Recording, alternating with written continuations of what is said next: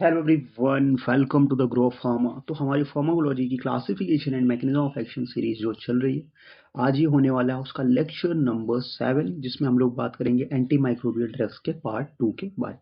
ठीक है, इंट्रोडक्शन का पोर्शन हमने ऑलरेडी कवर कर रखा है। आज के इस वीडियो में हम लोग बात करेंगे सल्फोनामाइड्स के बारे में, देन क्विनोलोन्स के बारे में बात करेंगे, कॉट्रीमॉक्साजोल के बारे में बात करेंगे, क्विनोलोन्स, फ्लोरोक्विनोलोन्स।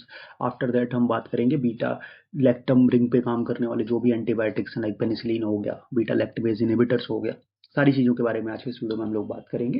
जो इंट्रोडक्शन का पोर्शन है वो आज हम फिनिश करेंगे, सो दैट नेक्स्ट वीडियो में हम anti tubercular, then anti fungal, leprotic, वो सारी चीज़ें कवर करें। ठीक है, तो अभी तक अगर आपने पुराना वीडियो नहीं देखा तो उसको जाके एक बार चेकआउट जरूर कर लेना। आज और फटाफट से स्टार्ट करते हैं।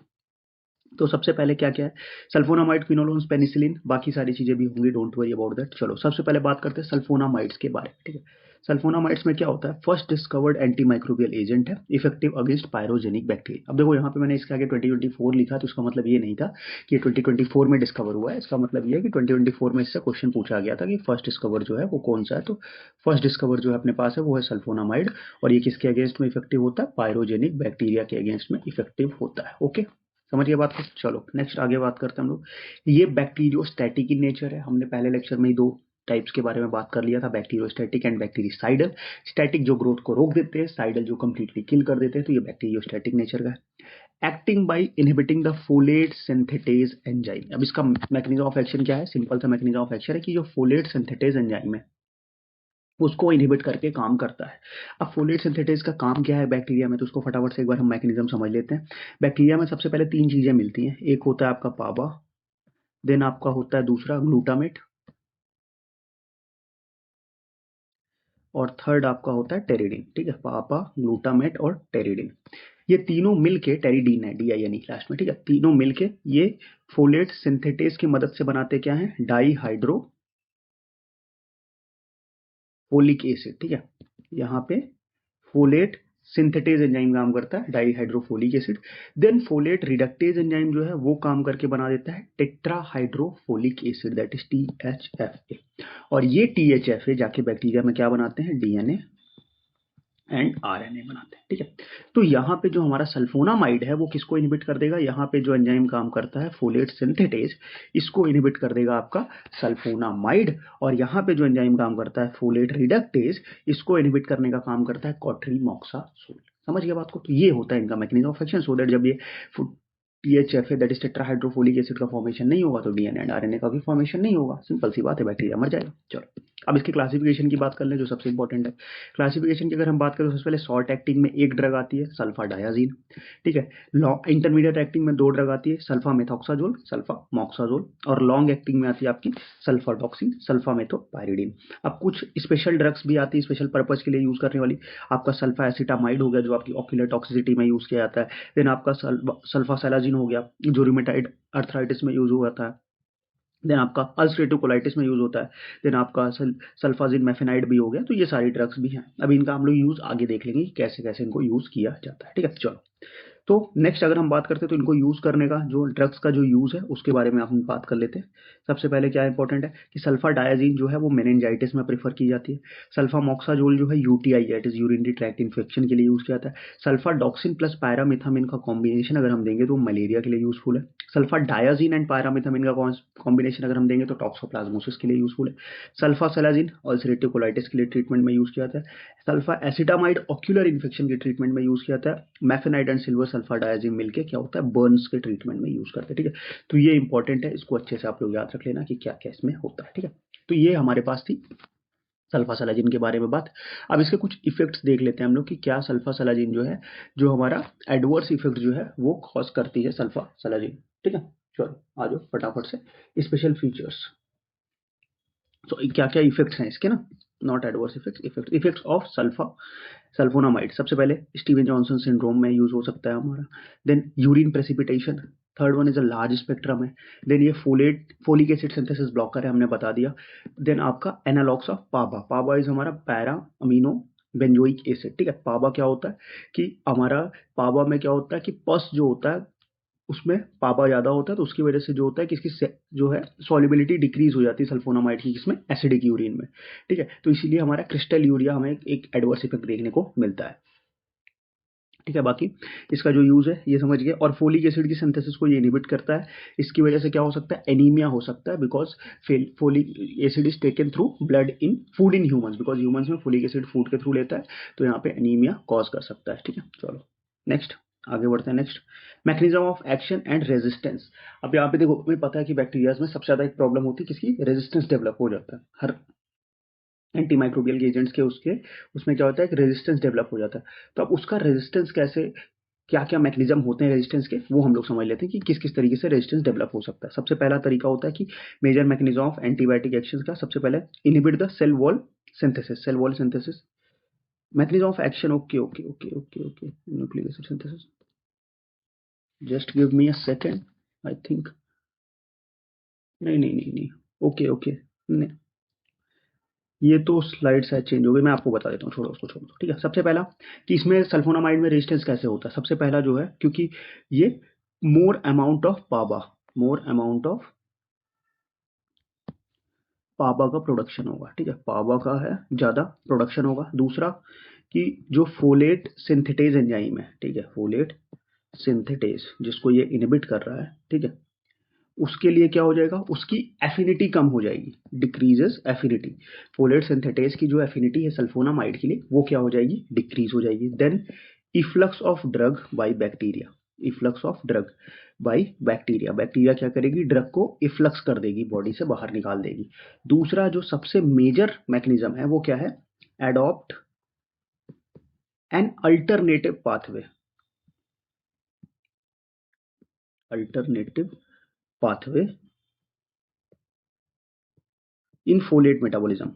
ठीक है, जो फोलिक एसिड का सिंथेसिस हो रहा था उसके लिए कोई एक अल्टरनेटिव पाथवे बैक्टीरिया क्या करे, टाइम के टाइम एडॉप्ट कर ले, तो वो यहाँ पे चीजें देखने को मिलेंगी। सबसे जो मेजर मैकेनिज्म है रेजिस्टेंस का वो ये रहा, बाकी आपका यहाँ पे देख सकते हैं। ठीक है, चलो नेक्स्ट।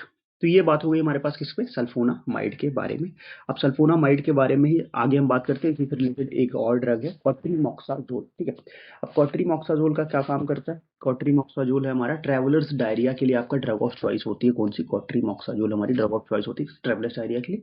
और इसमें जो इसका रेशियो होता है ना वो बहुत इंपॉर्टेंट होता है, वहीं से क्वेश्चन आपको बन जाते हैं। ठीक है, तो रेशियो जो, अगर हम क्वाट्रीमॉक्साजोल में दो चीजें देखते हैं, एक सल्फा मेथॉक्साजोल रहता है और ट्राईमेथोप्रिम, ये दो ड्रग्स देते हैं। अब इसमें जो सल्फा मेथॉक्साजोल है ये क्या काम करता है, ये फोलेट सिंथेटेज को इनहिबिट कर देता है, और जबकि ट्राईमेथोप्रिम जो है वो फोलेट रिडक्टेज को इनहिबिट कर देता है। इसका जो डोज दिया जाता है वो 5:1 में दिया जाता है। सल्फा मेथॉक्साजोल का नाम बड़ा है तो उसका कंसंट्रेशन बड़ा रहेगा 5, और उसका छोटा तो 5:1 के रेशियो में दिया जाता है। और जो ब्लड में जाके, प्लाज्मा में जाके इसका कंसंट्रेशन बन जाता है वो क्या बन जाता है, वो बन जाता है 20:1। So don't get confused, 5:1 blood में रहता है, नहीं डोज में 5:1 दिया जाता है, और ब्लड में जाके वो कंसंट्रेशन 20:1 का बन जाता है। ठीक है, ये क्या होते हैं, दोनों जो है इंडिविजुअली अगर हम देखें तो दोनों बैक्टीरियोस्टैटिक नेचर के होते हैं, बट जैसे उनको कॉम्बिनेशन में दिया जाता है तो क्या हो जाता है हमारे पास वो बैक्टीरियासाइडल इफेक्ट्स को करने लगते हैं। ठीक है, अब इसके यूजेस की अगर हम बात कर ले, सबसे पहले यूरिनरी ट्रैक इन्फेक्शन, न्यूमोनिया के लिए यूज किया जा सकते हैं, कैंक्रोइड टाइफाइड के लिए भी यूज कर सकते हैं हम, वूपिंग कफ के लिए यूज होता है, बैक्टीरियल डायरिया के लिए यूज किया जाता है, और साथ में रेस्पिरेटरी ट्रैक्ट इन्फेक्शन उसके लिए भी हम लोग इसको यूज करते हैं। नेक्स्ट अगर हम आगे बात करें, एडवर्स इफेक्ट क्या है, मेगैलोब्लास्टिक एनीमिया कॉज करता है और बोन मैरो डिप्रेशन कॉज कर सकता है। तो क्वाट्रीमॉक्साजोल के बारे में आप इतना जानो, इससे ज्यादा जानने की जरूरत नहीं है, इतने में आपका काम जो है वो कंप्लीट हो जाएगा। ठीक है, अब हम बात करते हैं, देखो फ्लोरोक्विनोलोन्स के बारे में। ठीक है, फ्लोरोक्विनोलोन्स का मैकेनिज्म ऑफ एक्शन सिंपल से समझो। इसके मैकेनिज्म ऑफ एक्शन से बहुत बार क्वेश्चन पूछे गए, तो इसके मैकेनिज्म ऑफ एक्शन को बिल्कुल भी इग्नोर मत करना।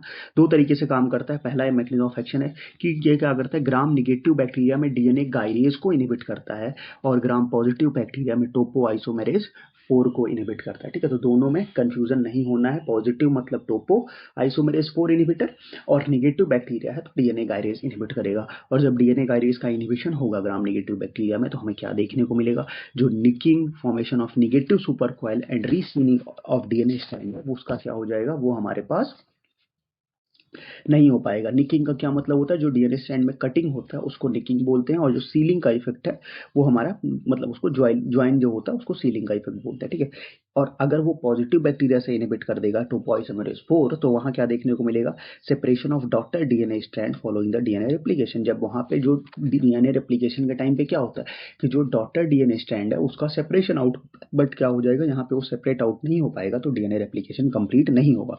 और इन दोनों से मिला के अल्टीमेटली रिजल्ट में क्या निकलता है कि बैक्टीरिया का जो डीएनए है उसकी सिंथेसिस नहीं हो पा रही है। और जब बैक्टीरिया के डीएनए की सिंथेसिस नहीं हो पाएगी तो बैक्टीरिया सर्वाइव कैसे करेगा भाई, आप मुझे बताओ, करेगा क्या, नहीं करेगा ना। तो ये हो गया, ठीक है।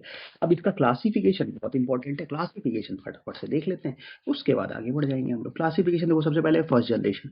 फर्स्ट जनरेशन की बात अगर हम करें तो एक तो क्विनोलोन्स आता है, क्विनोलोन्स में एक ड्रग है नेलिडिक्सिक एसिड, बाकी सारे फ्लोरोक्विनोलोन्स में आते हैं। उसमें फर्स्ट जनरेशन आएगा नॉरफ्लॉक्सासिन, सिप्रोफ्लॉक्सासिन, ओफ्लॉक्सासिन, पीफ्लॉक्सासिन।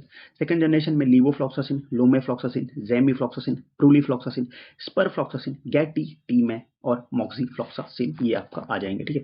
अब इसको याद कैसे करना है आपको, इसको याद करने का सिंपल सा तरीका है, कैसे करना है वो बताते हैं, चलो ठीक है।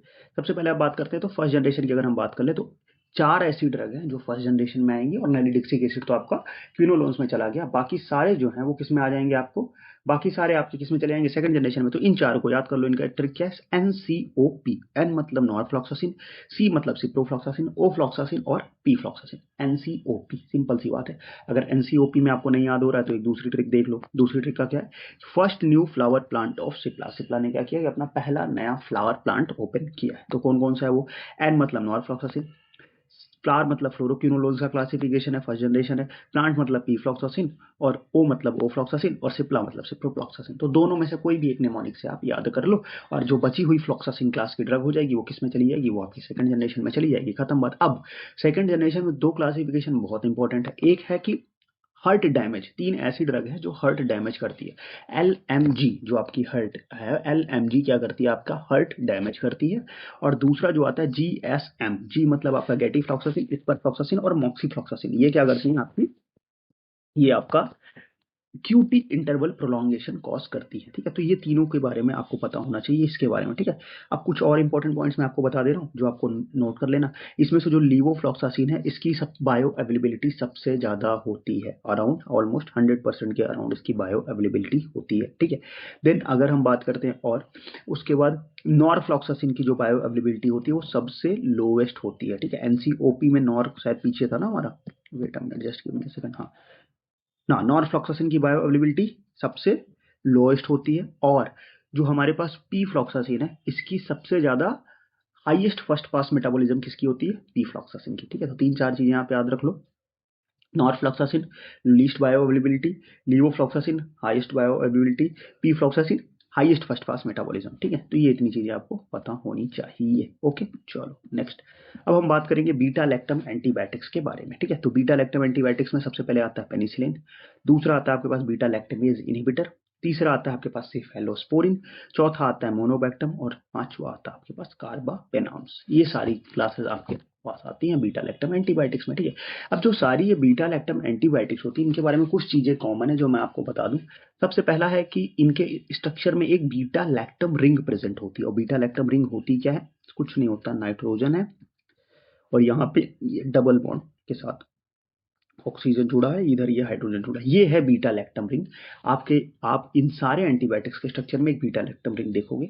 और ये सारे जो बीटा लैक्टम एंटीबायोटिक्स है ये क्या है, बैक्टीरिसाइडल नेचर के होते हैं, और ये क्या करते हैं, all drugs are act by inhibiting the cell wall synthesis of the bacteria की सेल वॉल सिंथेसिस को इनहिबिट करके काम करते हैं। बाकी सारी चीजें हम लोग आगे भी बात करेंगे कैसे कैसे क्या क्या काम होता है, ठीक है।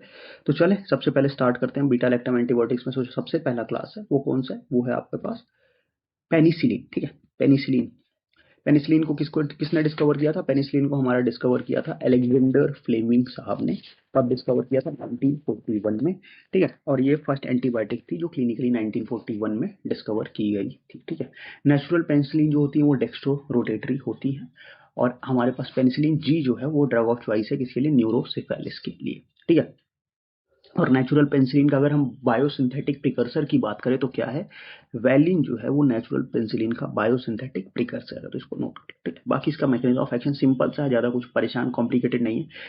Specifically penicillin binding proteins present होते हैं, उसको बाइंड करेगा और यहाँ से जो ट्रांसपेप्टाइडेज एंजाइम है जो क्रॉस लिंकिंग कराता है किसका, पेप्टिडोग्लाइकन्स का, उसको इनहिबिट कर देगा, जिसकी वजह से बैक्टीरिया की जो सेल वॉल की सिंथेसिस है वो इनहिबिट हो जाएगी। ठीक है, ज्यादा कुछ इसमें परेशान नहीं होना।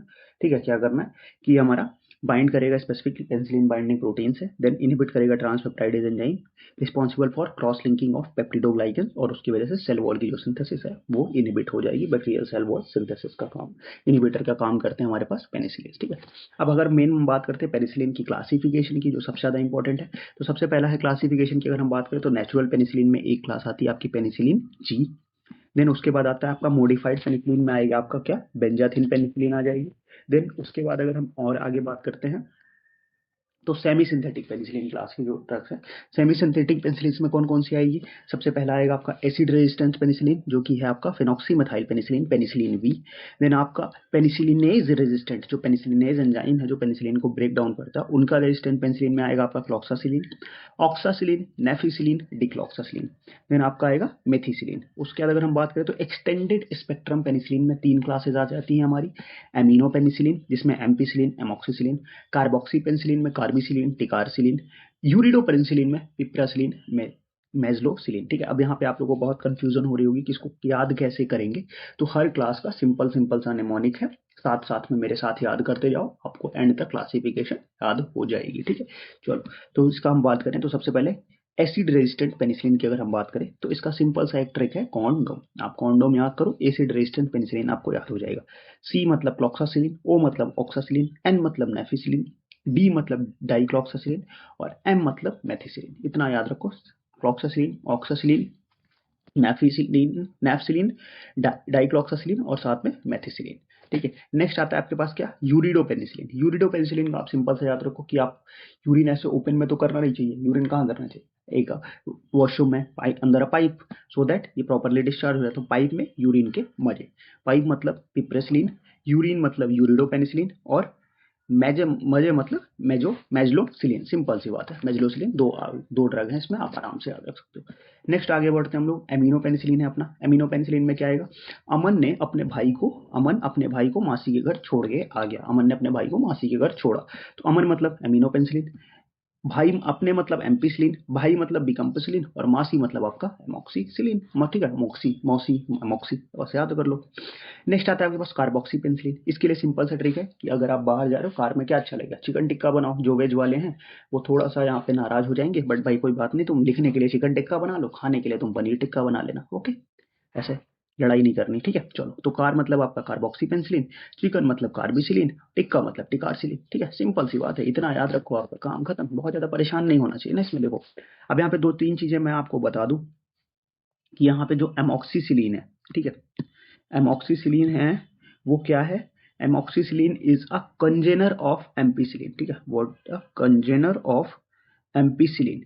एम्पिसिलिन का कंजेनर का मतलब क्या होता है, इट्स अ कंजेनर मतलब सेम है बट प्रो ड्रग नहीं है। ठीक है, amoxicillin is a congener of ampicillin but not a prodrug, whereas हमारा जो बिकम्पिसिलिन है ये क्या है, ये प्रो ड्रग ऑफ एम्पिसिलिन है। ठीक है, तो amoxicillin is a congener of ampicillin not a prodrug, because ये तीनों एक ही क्लास की हैं। तो यहाँ पे एम्पिसिलिन का जो है, बिकम्पिसिलिन जो है वो एम्पिसिलिन का प्रो ड्रग है और एमॉक्सिसिलिन जो है वो एम्पिसिलिन का कंजेनर है। कंजेनर का मतलब होता है कि सिमिलर होता है, सेम होता है, बट प्रो ड्रग नहीं है। ठीक है, समझ गए। और amoxicillin is better than ampicillin because it has better bioavailability than with food, that's okay. चलो तो ये बातें हमारे पास चीजें हो गई। ठीक है, चलो पेनिसिलिन की बात हो गई कंप्लीट, इतना पढ़ लो, बाकी बाद में आपको फिर जितना अच्छा लगे, जो आपकी श्रद्धा, जितना मन करे उतना पढ़ते जाओ, बट इतना तो पढ़ लेना, ये मेरा कहना कंसर्न है। ठीक है, नेक्स्ट हम लोग बात करेंगे बीटा लैक्टिमेज इनहिबिटर्स के बारे में। ठीक है, बीटा लैक्टिमेज इनहिबिटर जैसा इनका नाम सजेस्ट कर रहा है, बीटा लैक्टिम एंजाइम जो है वो इनहिबिट करेंगे। ठीक है, इसका देखो इनका खुद का कोई एंटीबैक्टीरियल एक्टिविटी नहीं होती है, बट ये भाई से लोग करते क्या है, ये प्रिवेंट करते हैं जो पेनिसिलिन का डिग्रेडेशन है, सो दैट पेनिसिलिन का इफेक्ट जो है वो बढ़ जाए, तो इसीलिए इनको कॉम्बिनेशन में मोस्टली दिया जाता है। तो सबसे पहले हम बात करते हैं beta lactamase themselves do not possess any antibacterial activity, they prevent degradation of penicillin and thereby increase their antibacterial effect।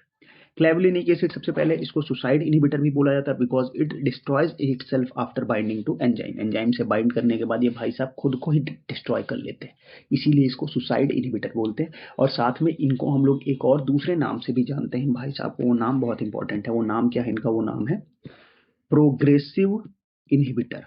वो नाम क्या है इनका? वो नाम है प्रोग्रेसिव इनहिबिटर।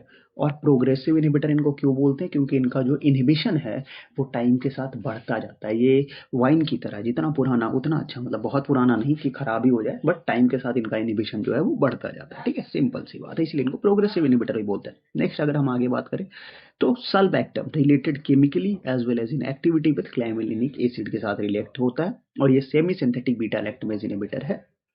ठीक है, नेक्स्ट एडवर्स इफेक्ट है इसके कुछ। सल्बैक्टम भाई के एडवर्स इफेक्ट है ये पेन एट इंजेक्शन साइट, थ्रोम्बोफिलेबाइटिस देखने को मिलेगा, रैश और डायरिया देखने को मिलेगा। अब टैजोबैक्टम भी है। टैजोबैक्टम एक और ड्रग है जो बैक्टीरियल मेनिंजाइटिस में इफेक्टिव है। इसके लिए एक सिंपल सा निमोनिक है जो बीटा लैक्टमेज इनहिबिटर्स है। कौन कौन सा?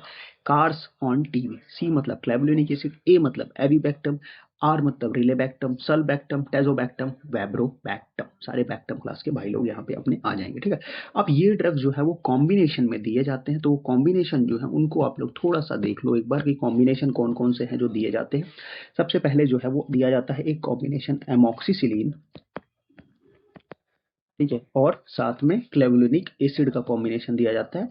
और एमॉक्सिसिलिन और क्लेवलिनिक एसिड का जो कॉम्बिनेशन होता है उसको हम लोग बोलते हैं क्या? उसको बोलते हैं को एमॉक्सी क्लेव। ठीक है, को एमॉक्सी क्लेव।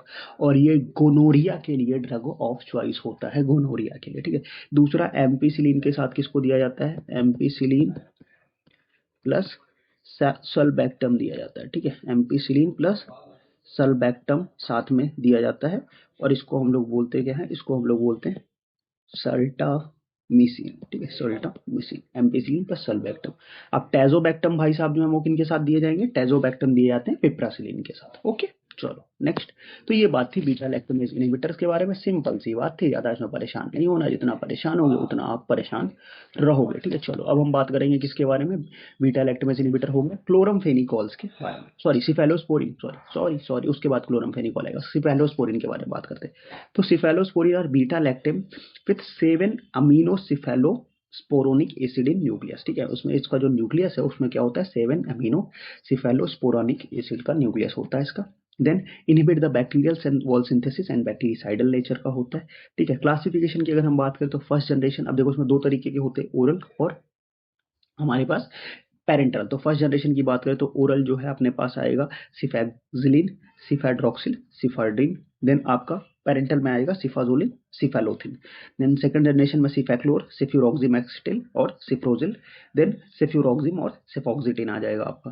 देन अगर हम बात करें थर्ड जनरेशन की तो सेफिक्सिम, सेफोडॉक्सिम, सेफिब्यूटिल, सेफिडाइनिर और सेफ्टामेक्स पाइवॉक्सिल आ जाएगा। देन आपका पेरेंटल में सेफोटॉक्सिम, सेफिट्राइक्सोन, सेफ्टाजाइडिम और सेफोप्राजोन। फोर्थ जनरेशन की बात करें तो सेफेपाइम और सेफिपाइरोम आ जाएगा। फिफ्थ जनरेशन की बात करें तो सेफ्टारोलिन, फॉस्फामिल और देन आपका सेफ्टो बाइप्रोल और मेडोक्रिल आ जाएगा। ठीक है, देखो अब यहाँ पे इसको याद कैसे रखना है, बहुत कंफ्यूजिंग होता है ये।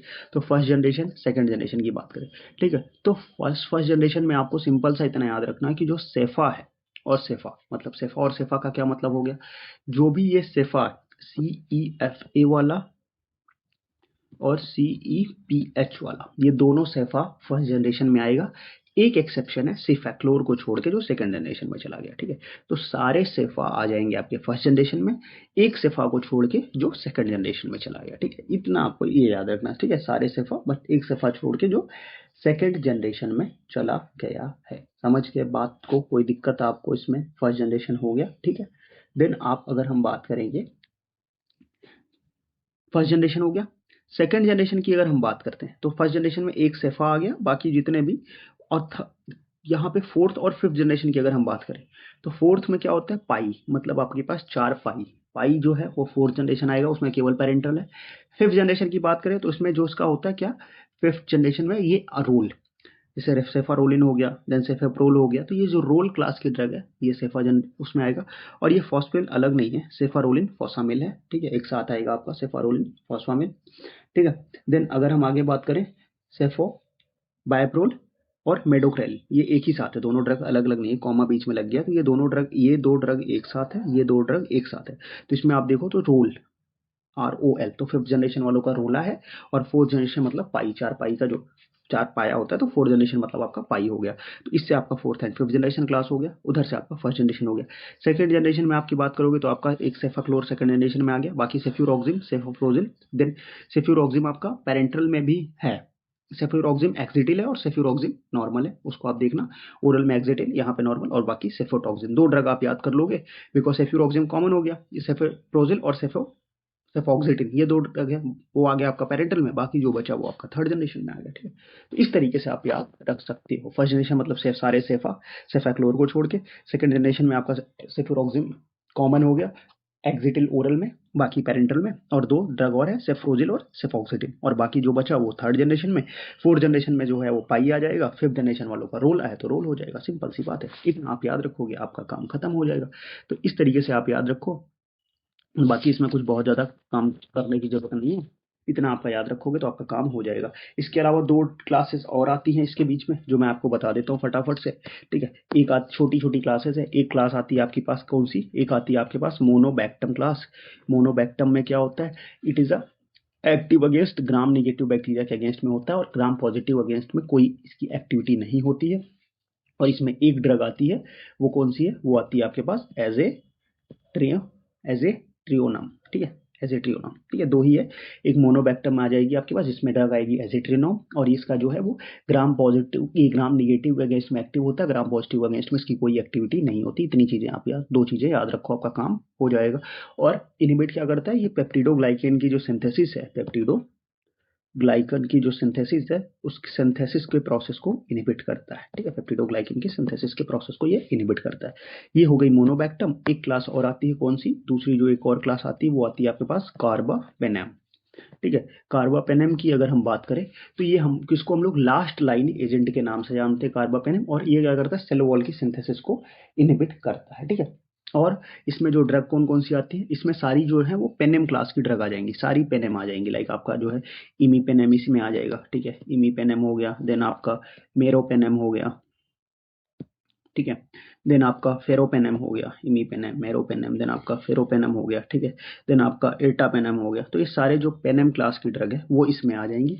इनका मैकेनिज्म ऑफ एक्शन क्या है, सेल वॉल सिंथेसिस को इनहिबिट करना, और ये हमारा gram positive and gram negative दोनों के लिए इनहिबिट, दोनों के लिए एक्टिव होते हैं। ठीक है, समझ के बात को, तो ये इसका हमारे पास पूरा का वो है। और ये बीटा लैक्टिमेज एंजाइम के लिए रेजिस्टेंट होता है, मतलब बीटा लैक्टिमेज एंजाइम जो है वो पेनेम का कुछ नहीं कर पाते, तो इसीलिए इनको लास्ट लाइन एजेंट बोला जाता है। जहां पे बाकी ड्रग्स काम नहीं करती वहां पे हम लोग इसको दिया देते हैं। ठीक है, चलो, तो ये बात हो गई सिफेलोस्पोरिन के बारे में। उसके बाद दो क्लास और थी, मोनोबैक्टम, कार्बापेनम, वो हो गया। अब हम लोग आगे बढ़ेंगे और बात करेंगे टेट्रासाइक्लिन के बारे में। ठीक है, टेट्रासाइक्लिन क्या है, tetracycline are bacteriostatic in nature and a broad spectrum antibiotics. ठीक है, तो कार्बापेनम तक हमने बात किया था बीटा लैक्टिमेज इनहिबिटर्स के बारे में। ठीक है, अब हम बात करेंगे टेट्रासाइक्लिन के बारे में एंड देन क्लोरमफेनिकोल के बारे में बात करेंगे। ठीक है, तो टेट्रासाइक्लिन क्या है, बैक्टीरियोस्टैटिक नेचर का है, और हमारा एक ब्रॉड स्पेक्ट्रम एंटीबायोटिक है, कौन, टेट्रासाइक्लिन। देन उसके बाद अगर हम आगे बात करते हैं तो इसका जो सोर्स है, कहां से मिला है हमें, सॉइल एक्टिनोमाइसिटीज से मिलता है tetracycline. Then these are the class of antibiotics having a nucleus of 4 rings, 4 cyclic rings का न्यूक्लियस होता है, वो भी हम लोग आगे देखेंगे। इनका मैकेनिज्म ऑफ एक्शन क्या है, हमने देखा था बाई एट 30 था, मतलब क्या था, ये 30s राइबोसोम पे बाइंड करेंगे एंड प्रिवेंट करेंगे binding of tRNA to mRNA. इसके बाद जो बैक्टीरिया की प्रोटीन सिंथेसिस है वो नहीं हो पाएगी, तो ये इनका मेन मैकेनिज्म ऑफ एक्शन है। इसकी क्लासिफिकेशन की बात करें तो इनको 3 क्लास में क्लासिफाई किया गया on the basis of their duration of action. Class 1 होता है शॉर्ट एक्टिंग, शॉर्ट एक्टिंग का मतलब हाफ लाइफ 6 to 8 आवर्स है इनकी, जिनमें आपकी 3 ड्रग आएंगी, chlorotetracycline, oxytetracycline and tetracycline. Then आता है आपके पास क्या, group 2 intermediate acting. Intermediate acting मतलब इनकी हाफ लाइफ अराउंड 12 आवर्स तक होती है, इसमें 2 ड्रग आएगी आपकी, डेमेक्लोसाइक्लिन और मेथासाइक्लिन। देन आता है आपके पास ग्रुप 3, ग्रुप 3 मतलब लॉन्ग एक्टिंग, जिनकी हाफ लाइफ 18 आवर्स तक होती है, तो उनके में 2 ड्रग आएगी, उसमें आएगी आपकी डॉक्सीसाइक्लिन एंड मीनोसाइक्लिन, और ये आपका हो गया टेट्रासाइक्लिन का स्ट्रक्चर। अब इसको याद कैसे रखना है, देखो जो शॉर्ट एक्टिंग है इनको हम जल्दी दे सकते हैं, आप क्या करते हो इनको हम लोग ओटीसी के रूप में दे सकते हो, ठीक है। तो हाँ ठीक है, शॉर्ट एक्टिंग है, जल्दी खाओ काम खत्म, ओटीसी ओवर द काउंटर। तो ओ मतलब ऑक्सी टेट्रासाइक्लिन, टी मतलब टेट्रासाइक्लिन, सी मतलब क्लोर टेट्रासाइक्लिन। ये ओटीसी नेमोनिक है, ओटीसी के रूप में इनको नहीं यूज किया था, यूज ये डॉक्टर के प्रिस्क्रिप्शन से ही होंगे, but OTC is only for the याद करने के लिए, ठीक है। O for oxy tetracycline, T for tetracycline और C for chlor tetracycline, okay. Group 2 जो है इंटरमीडिएट एक्टिंग, इसमें हम लोग याद कर सकते हैं इसको मैकडोनल्ड के नाम से, ठीक है। मैकडोनल्ड का बर्गर खाया आपने ना, तो एम से मेथासाइक्लिन, डी से डेमेक्लोसाइक्लिन। और दूसरा जब मैकडी का बर्गर खा रहे हो यार तो डोमिनोज का पिज्जा भी खा लो, ठीक है। तो डोमिनोज का पिज्जा खा लो, डोमिनो, तो D for doxycycline, mino for minocycline. तो इस तरह से आप इसको याद रख सकते हो, ठीक है, सिंपल सी बात है। ये इसका स्ट्रक्चर है, यहाँ पे 4 साइक्लिक रिंग है, और यहाँ पे एक न्यू सिंथेटिक क्लास भी बनाई गई है। अभी जो नई सिंथेटिक क्लास भी है किसकी, टेट्रासाइक्लिन की, उसका नाम क्या है, उसका नाम है आपके पास है ग्लाइसाइक्लिन, ठीक है, GLY, ठीक है। इसका जो रीनल सेफ होती है, इसके बारे में 2 चीजें हैं। इसका जो मेन इंपॉर्टेंट क्या है कि ये रीनल सेफ होती है, और साथ में इसकी जो एक्टिविटी होती है वो हाफ लाइफ 36 आवर्स तक ज्यादा होती है। इसमें जो ड्रग आती है वो आती है टीजेसाइक्लिन, ठीक है। टीजेसाइक्लिन जो है वो इस क्लास की एक ड्रग आ जाएगी, ठीक है। तो ये सिंपल था अपने पास क्या, टेट्रासाइक्लिन के बारे में क्या, कि इनका क्लासिफिकेशन और वो। अब इनके कुछ यूजेस और एडवर्स इफेक्ट्स देख लेते हैं। सबसे पहले यूजेस के लिए सिंपल सा एक निमोनिक है, आरबीसी इन प्लाज्मा, ठीक है। तो यूजेस के लिए एक निमोनिक है आरबीसी इन प्लाज्मा, ओके। तो इसका जो निमोनिक था RBC इन प्लाज्मा, तो R फॉर क्या हो जाएगा आपका, R फॉर हो जाएगा आपका rickettsia relapsing fever, B for brucellosis, C for cholera, then आप आगे बात करोगे और कैलेमाइडिया, इन फॉर ग्रेनुलोमा जिसको हम लोग inguinal, P for plague and peptic ulcer, L for leprosy, A for atypical pneumonia, then अगर हम बात करें एस फॉर सियाड, सियाड का क्या मतलब हुआ, inappropriate secretion of ADH hormone, M for malaria, A for amoebiasis, ठीक है। तो इन सब के लिए हम लोग इसको यूज कर सकते हैं। देन इसका एडवर्स इफेक्ट है, तो कपिल देव को बैटिंग के लिए बुला लो, Kapil Dev to bat. C for kidney failure, except doxycycline नहीं करती, बाकी सारे लोग किडनी फेलियर का कॉज करा देते हैं।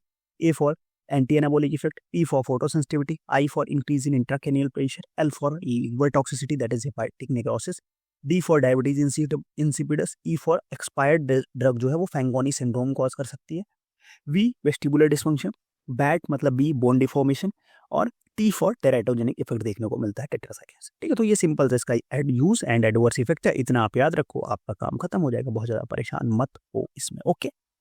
चलो, और कैसे काम करती है वो हमने बात कर लिया कि इनका मैकेनिज्म ऑफ एक्शन क्या है, 30S पे बाइंड करके वहाँ पे अपना एक्शन शो करती है, ठीक है। नेक्स्ट अब हम बात करते हैं क्लोरमफेनिकॉल के बारे में, जो हमारी आज के इस क्लास की लास्ट जगह होगी, उसके बाद हम लोग जीपैट के PYQs देखेंगे, ठीक है। तो क्लोरमफेनिकॉल का सिंपल सा है, chloramphenicol are bacteriostatic in nature and broad spectrum antibiotics होते हैं।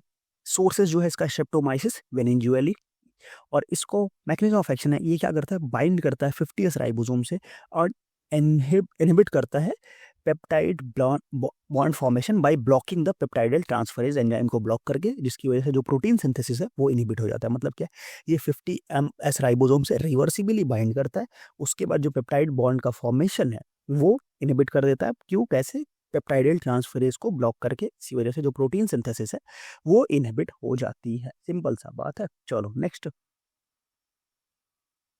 एडवर्स इफेक्ट्स इसके क्या क्या है, एडवर्स इफेक्ट्स हैं इसके bone marrow depression, grey baby syndrome, ठीक है।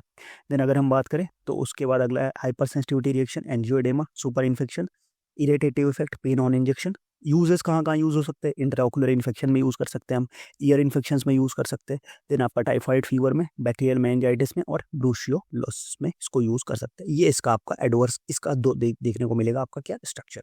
अब यहाँ पे आपको देखो 2 चीजें देखने को मिल रही, एक ये वाला जो पोर्शन होता है, जो नाइट्रोबेंजीन का जो पोर्शन होता है, ये पोर्शन आपका रिस्पॉन्सिबल होता है एंटी बैक्टीरियल एक्टिविटी के लिए, बाकी जो इसके पास जो ये स्ट्रक्चर साइड से लगी हुई है ये रिस्पॉन्सिबल होता है इनकी फार्माकोकाइनेटिक प्रॉपर्टी के लिए, ठीक है। तो इनको याद रखना है, ठीक है। अब देखो इसका मेन मैकेनिज्म ऑफ एक्शन क्या है, कि मैंने आपको क्या बताया कि रिवर्सिबली 50S राइबोसोम पर बाइंड करेगा, फिर इंटरफेयर करता है पेप्टाइड बॉन्ड फॉर्मेशन से, और जो पेप्टाइड चेन है P side to A side पे जाने के लिए, फ्रॉम P टू A का जो पेप्टाइड चेन का ट्रांसफर है उसको रोक देता है, उसकी वजह से जो इसको पेप्टाइडल ट्रांसफेरेज बोल रहे हैं ना, P टू A साइड पे नहीं जाने देता, और उसके बाद वहाँ पे प्रोटीन सिंथेसिस का इनिबिशन हो जाता है, ठीक। तो ये इतना सिंपल सा चीज था कि इसके बारे में हमने बात कर ली, ये हमने बात कर ली क्लोरमफेनिकॉल के बारे में, ठीक है। अभी 2 हमारे पे बची हुई है, एक एमिनोग्लाइकोसाइड और बाकी मैक्रोलाइड एंड अदर एंटीबायोटिक का छोटा सा पोर्शन बचा हुआ है, उसके बाद हम एंटी ट्यूबरकुलर, तो नेक्स्ट लेक्चर में ये तीनों हम एक साथ कवर कर लेंगे, ठीक है। तो अभी हम लोग फटाफट से क्वेश्चंस देखते हैं जो क्वेश्चंस आपके हैं। सबसे पहला क्वेश्चन है, क्वेश्चन जीपैट 2017 का क्वेश्चन है, most accepted mechanism for developing the bacterial resistance in sulphonamide is, ये मैंने आपको ऑलरेडी बता रखा है कि सबसे पहला है alternative pathway for synthesis, increase in capacity of metabolising the drug, increase the antagonism and alteration in enzyme that utilises power. तो मैंने क्या बताया था, an alternative metabolic pathway for synthesis of essential component सबसे ज्यादा वो है। नेक्स्ट, क्लेवलिनिक एसिड क्या है, inactivate the bacteria beta lactamase, protein inhibitor of peptidoglycan synthesis, specific और gram negative bacteria, inhibitor of 50S ribosome. देखो आप यहाँ सिंपल सा क्वेश्चन देखोगे ना, तो क्लासिफिकेशन भी अगर याद है ना, तो आप मोस्ट ऑफ द क्वेश्चन इस टॉपिक से कर ले जाओगे। क्लेवलिनिक एसिड क्या देखा था हमने, देखा था बीटा लैक्टेमेस इनहिबिटर होता है, तो inactivate the bacterial beta lactamase, simple से बात है, इतने में आपका क्वेश्चन हो जाएगा, ठीक है। नेक्स्ट अगर हम बात करें, select the beta lactamase inhibitor from the following. अब देखो जीपैट 2017 में भी क्वेश्चन था, 18 में भी क्वेश्चन आपको देखने को मिल रहा है, तो समझ रहे हो ना कि क्या इसका यूज है। सिंपल सा क्वेश्चन, बीटा लैक्टेमेज इनहिबिटर कौन सा है, इसमें ग्लिसरोफुल्विन है, क्लेवलिनिक एसिड है, सल्फा मेथॉक्साजोल टेट्रासाइक्लिन। क्लेवलिनिक एसिड हमने अभी पढ़ा है, तो सिंपल सा इसका जो करेक्ट आंसर हो जाएगा वो हो जाएगा clavulanic acid. Next, the mechanism of action of ciprofloxacin. Ciprofloxacin का मैकेनिज्म ऑफ एक्शन क्या था, हमने पढ़ा था ना। सिप्रोफ्लॉक्सासिन मतलब ये क्या है, किस क्लास में आ गया, फ्लोरोक्विनोलोन्स में आ गया। फ्लोरोक्विनोलोन्स में हमने देखा था क्या, टोपोआइसोमरेज पे से काम कर रहा था, टोपोआइसोमरेज पे काम कर रहा था, ग्राम किसमें, ग्राम पॉजिटिव बैक्टीरिया में, और ग्राम नेगेटिव बैक्टीरिया में किस पे काम कर रहा था, वो ग्राम नेगेटिव बैक्टीरिया में काम कर रहा था हमारा डीएनए गाइरेज पे। तो फ्लोरोक्विनोलोज यहाँ पे क्या आएगा, inhibition of DNA synthesis by interacting with topoisomerase, क्योंकि यहाँ पे कोई ग्राम पॉजिटिव एंड नेगेटिव तो मेंशन नहीं है और डीएनए गाइरेज का ऑप्शन भी नहीं है, तो ये आपका करेक्ट ऑप्शन हो जाएगा। अगर वहाँ पे एक ऑप्शन डीएनए गाइरेज का भी मेंशन होता और टोपोआइसोमरेज का भी मेंशन होता है, तब हमें देखना पड़ता कि पॉजिटिव के लिए इसका लिए काम करेगा, नेगेटिव के लिए इस पे काम करेगा, सिंपल सा आंसर हो जाता था, ठीक है। Next question, which drug class is linked with Achilles tendon rupture. Achilles tendon rupture से कौन सी ड्रग की क्लास जो है वो करेगी, तो फ्लोरोक्विनोलोन्स की जो क्लास होती है वो एसोसिएटेड होती है टेंडन रप्चर से, due to their effects on tendon structure पे इफेक्ट्स होता है, तो इसलिए फ्लोरोक्विनोलोन्स इसका करेक्ट आंसर हो जाएगा। विच of the following is not an example of carbapenem, ठीक है। तो देखो मैंने अभी आपको कार्बापेनम से बताया कि पहली बात तो सारे उसमें क्या होंगे, पेनेम्स होंगे, ठीक है। तो इमीपेनेम हो गया, मेरोपेनेम हो गया। उसके बाद हमने देखा ना कि जो पिप्रेसिलिन है ये किस क्लास के अंदर आ रही है, ये तो पेनिसिलिन में आ रही है ना, पिप्रेसिलिन यूरिडोपेनिसिलिन में कहा रहा है, पाइप में यूरिन के मजे, तो यूरिडोपेनिसिलिन में आ रहा है, तो ये भी नहीं, ये नहीं हो सकता। थियामाइसिन जो है वो हमारा इस क्लास के अंदर आ सकता है, कार्बापेनम्स में थियामाइसिन भी आता है, तो उसके साथ ये भी ऐड कर लेना, ठीक है। ये 2023 का रिसेंट का क्वेश्चन है। Next question, which of the following is the third generation cephalosporin. अब देखो सिर्फ थर्ड जनरेशन सिफेलोस्पोरिन पता करने का कैसा तरीका, ठीक है। तो सेफापाइम हमने बताया था कि पाइम मतलब किस में चला गया, पाइम हमारा चला गया किसमें, पाइम चला गया फोर्थ जनरेशन में, क्योंकि पाई कितने पाए होते हैं, 4 पाई होते हैं, तो पाई हमारी किस में चले गए, पाई चली गई हमारी फोर्थ जनरेशन में। उसके बाद क्या आता है अपने पास, देन अगला ऑप्शन है सेफाजोलिन है, सेफ्यूरोक्सिम है, फटाफट से देख के बताओ। देन आपके पास सेफोटॉक्सम है। अब देखो मैंने क्या बताया था आपके पास कि जितने भी सेफा हैं, सेफाक्लोर को छोड़ के वो सारे किस में चले जाएंगे, वो हमारे चले जाएंगे किसमें, फर्स्ट जनरेशन में, ठीक है। तो ये हमारा किस में चला जाएगा, सेफाजोलिन जो है वो फर्स्ट जनरेशन में चला गया। उसके बाद हमने देखा था सेफ्यूरोक्सिम एंड सेफ्यूरोक्सिम एक्सिटिल जो थी वो दोनों की दोनों किस क्लास में थी, सेकंड जनरेशन में। सेफ्यूरोक्सिम एक्सिटिल जो थी वो ओरल थी, सेफ्यूरोक्सिम जो थी ये पेरेंटल में, तो ये चली जाएगी सेकंड जनरेशन में। बचा कौन सा, ये आपका थर्ड जनरेशन में रहेगा, सिंपल सी बात है, ऐसे याद रखो इसको। नेक्स्ट क्वेश्चन जीपैट 2024 का क्वेश्चन क्या है, which of the following is the first pro drug of the sulphonamide, ठीक है। सिंपल सी बात है, सल्फाट्रिम, सल्फामेथो रेडाइसिन, ट्राइमेथोप्रिम, प्रोंटोसिल। प्रोंटोसिल अभी मैंने लिख के बताया था, तो प्रोंटोसिल हो जाएगा करेक्ट आंसर। जीपैट 24 देखो सिंपल सा फिर से क्वेश्चन रिपीट हुआ, द फ्लोरोक्विनोलोन्स एक्ट बाय, कैसे काम करते हैं, inhibit the folic acid synthesis, inhibit करके काम करते हैं, inhibit the ribosomal subunit, peptidoglycan cross linking, और inhibit the DNA gyrase and topoisomerase 4। देखो सिंपल सा पीवाईक्यूज भी अगर किसी ने सॉल्व किया होता तो देखो 18 का क्वेश्चन 24 में सिमिलर वे में रिपीट हुआ है, तो आप डायरेक्टली सॉल्व कर लेते हैं, इसीलिए पीवाईक्यू का जो कंसर्न वो है वो बहुत ही इंपॉर्टेंट है, ठीक है। और अभी जो रिसेंटली लास्ट ईयर क्वेश्चन पूछा गया 2025 में, वो क्या पूछा गया, what is the blood concentration of the ratio of trimethoprim and sulfamethoxazole in administration. तो वो 1:5 का एडमिनिस्ट्रेशन है, तो ब्लड कंसंट्रेशन क्या होगा, मैंने बताया कि 1:20 हो जाएगा। एडमिनिस्ट्रेशन का कंसंट्रेशन जो था वो था हमारा कितना, 1:5, जिसमें सल्फा मेथॉक्साजोल बड़ा था उसका कंसंट्रेशन भी बड़ा होगा, तो उसके बाद जो उसका ब्लड प्लाज्मा में जाने के बाद वो किस कंसंट्रेशन में हो जाता है, वो हो जाता है 1:20 के कंसंट्रेशन में, ओके। तो ये था कंप्लीट एंटी माइक्रोबियल। आपको कॉन्सेप्ट समझ में आया कि नहीं समझ में आया? आया तो भी कमेंट करना, नहीं समझ में आया तो भी कमेंट करना। बाकी व्हाट्सअप ग्रुप जाके ज्वाइन करो, क्योंकि सारे लेक्चर्स एंड नोट्स की अपडेट्स मैं वहीं पे डालता हूँ। टेलीग्राम चैनल जाके ज्वाइन कर लेना और इंस्टा पे भी आप हमें फॉलो कर लेना। बाकी नोट्स चाहिए, वेबसाइट पे फ्री ऑफ कॉस्ट जाके विजिट करो, नोट्स डाउनलोड करो। क्वेश्चन प्रैक्टिस करनी है हमारी वेबसाइट पे फ्री ऑफ कॉस्ट कर सकते हो। और अगर आपको मेरे से 1-to-1 मेंटरशिप सेशन बुक करना है अपने रिगार्डिंग अपने डाउट्स, अपने प्लानिंग, कैसे एग्जाम प्लान करना है, कैसे रिवीजन प्लान करना है, रिमेनिंग जो 30-40 डेज आपके पास बच्चे हैं उसमें ऐसी चीज़ों को प्रोसीड करना है, आपको नहीं समझ में आ रहा तो आप डायरेक्टली 1-to-1 मेरे से एक मेंटरशिप सेशन बुक कर सकते हो, एक नॉमिनल सा चार्ज देके। ठीक है, तो फिर आज का वीडियो हम लोग यहीं एंड करेंगे, मिलते हैं नेक्स्ट वीडियो में, तब तक के लिए बाय बाय।